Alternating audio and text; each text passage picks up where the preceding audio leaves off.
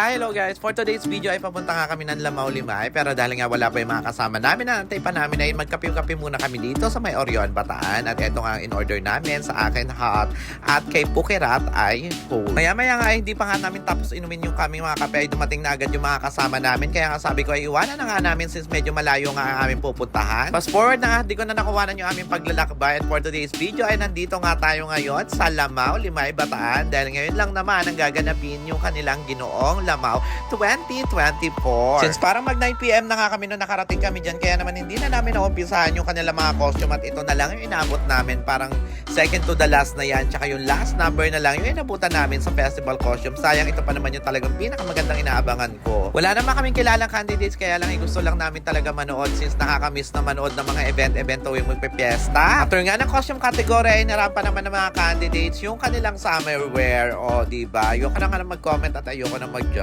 Keme, bali 10 nga sila naglalaban-laban ngayon, pero hindi ko na nga alam kung hindi ko nabilang kung sino ba yung mga nakuwanan ko lang na video ba, kasi yung mga iba dyan natapat na umihi ako. Kaya naman sana kung meron akong hindi nakuwanan ng video, wag na magtampo, wag na mag-comment dito. Ang hirap din kaya mag-video at ang hirap manood kapag walang upuan na tagal-tagal mo nakatayo, nakakangawit. Mabuti na lamang nga itong summer wear ay talagang nawala yung pagod ko. In fairness naman ng mga gwapo at magaganda yung katawan ng mga sumali, pero di ko nasasabihin kung sino yung di ko bet.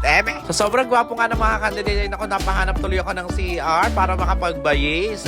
Umihi lang ako. Mabuti na nga lahat merong CR dito sa may palengke nila at sinalubong nga ako ng mga batang to. Nagpa-picture pa nga sila. Maya-maya nga ay nagutom na si inay. Kaya naman naghanap kami ng awe-awe para makakain naman. Ito ngayon nakita namin yung sweet corn na nalagyan ng margarine for only 10 pesos ay mapapawi yung gutom mo kasi nga napakainit, di mo makain. Pasensya na nga at madami akong chika. Ito na nga, bumalik na nga tayo dito sa competition. Maya-maya ay inirampa na nga nila yung kanya-kanyang formal wear. In fairness naman, pare-pareho sila. Pagandahan na lang at pagalingan magdala ng formal wear. Hirap din kaya kumuha ng video, lalo na kung napakaraming taong nanonood. Di mo alam kung saan ka pwesto. Kaya naman dito ako sa may bandang gitna pumesto kasi nga para makita nyo naman na maayos at di kayo magreklamo pag napanood nyo yung vlog ko. Halos puro mga bagets ngayon kasali at talagang merong isang bumihag ng puso ko pero di ko sasabihin.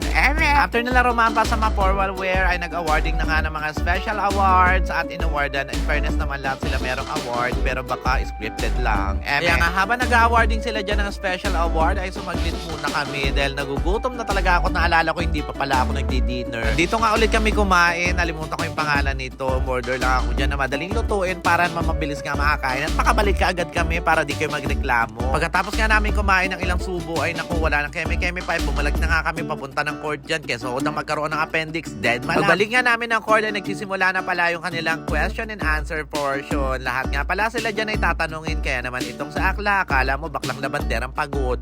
Nakita pa nga namin dito sa Ate Bal na talaga namang super fresh. Keme lang. After ng Q&A, nagkaroon ulit ng awarding at eto na nga siya.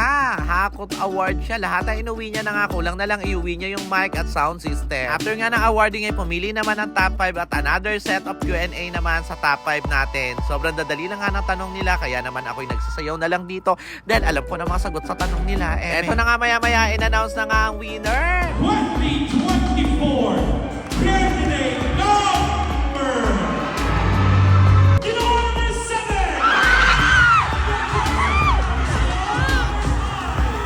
At sa hulihan, nagwagi ay si candidate number 7. Nalimutan ko yung pangalan. Kaya naman si Akla ay naulod na at nagsasayaw na kasi super bet niya raw si number 7.